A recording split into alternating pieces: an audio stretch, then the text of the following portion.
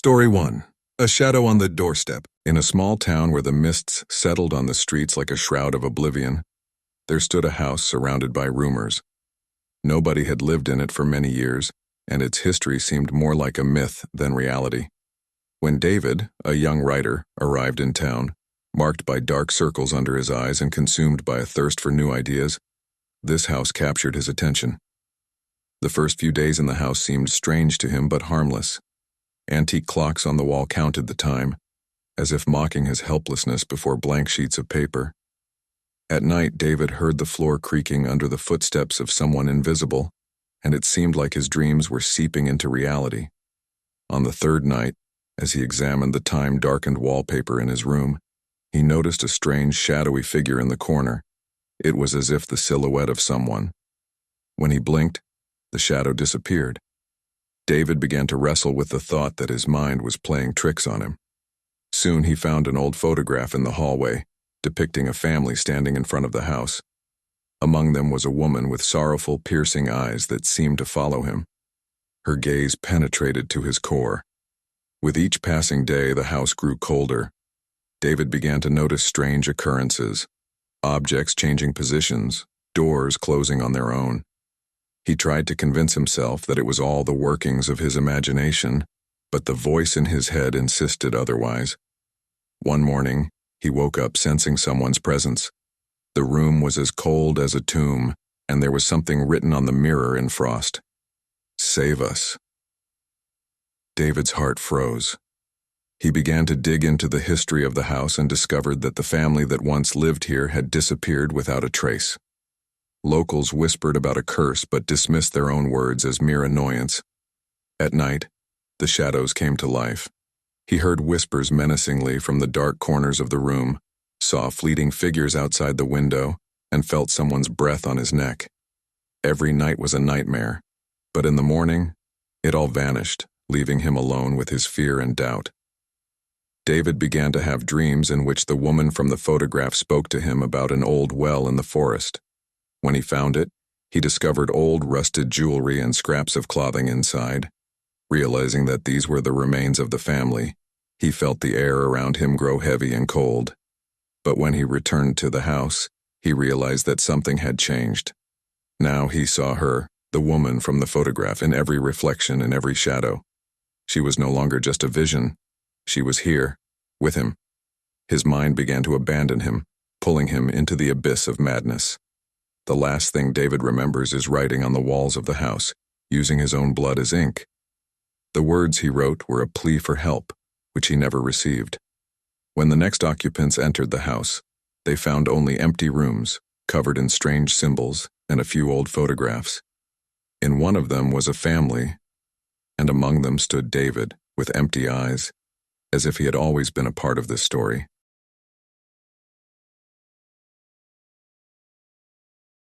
Story 2. The Curse of the Ancient Mirror.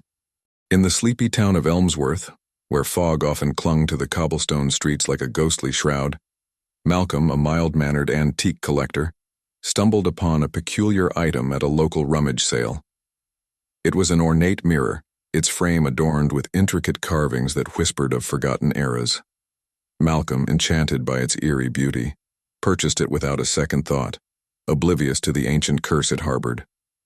Upon hanging the mirror in his quaint Victorian home, Malcolm noticed a subtle change in its reflection. It wasn't the room that stared back at him, but a dim, otherworldly space, shrouded in mist. Initially, he brushed it off as a trick of the light, but soon the mirror began to reveal more. Shadowy figures lurked in its depths, their silhouettes barely discernible, and an unsettling chill permeated the air around it. Night after night, Malcolm found himself drawn to the mirror, as if it beckoned him with a silent siren call. The figures within became clearer, their faces twisted in anguish, their eyes hollow pits of despair. He started hearing whispers, faint and distant at first, but growing steadily louder, forming words he couldn't quite understand. The atmosphere in Malcolm's home grew increasingly oppressive. Objects moved of their own accord, doors slammed shut, and cold drafts swept through the rooms. The once comforting walls now seemed to close in on him, suffocating him with an unseen presence. Malcolm's sleep was plagued by nightmares. each more vivid and terrifying than the last. He dreamt of being trapped within the mirror, amongst the tormented souls, their hands clawing at him, their cries piercing his mind. He awoke each morning, exhausted and pale, a growing sense of dread consuming him. Determined to uncover the truth, Malcolm researched the mirror's origin.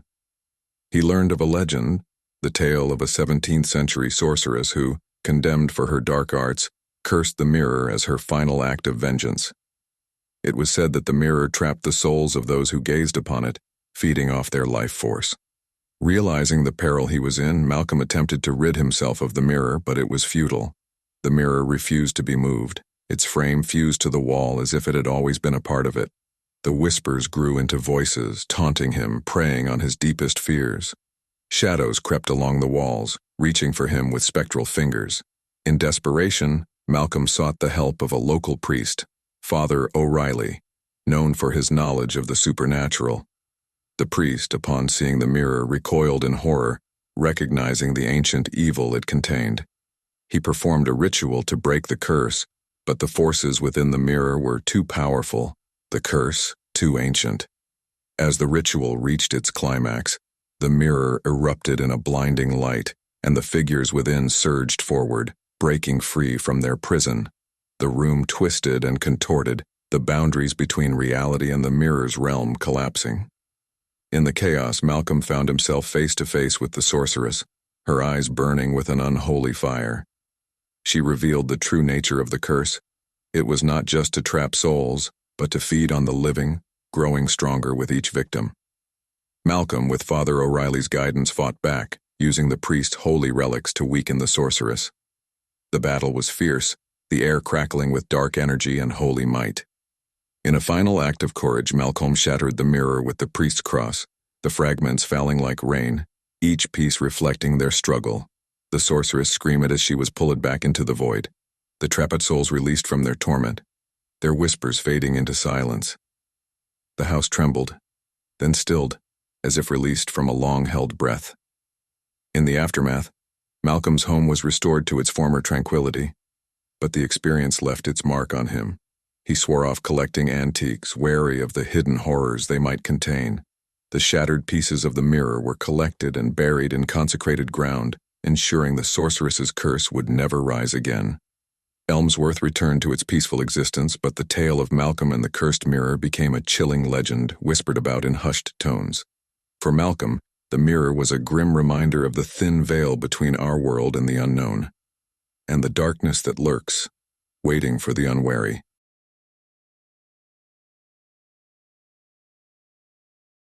Story 3. A mysterious house on the edge of town.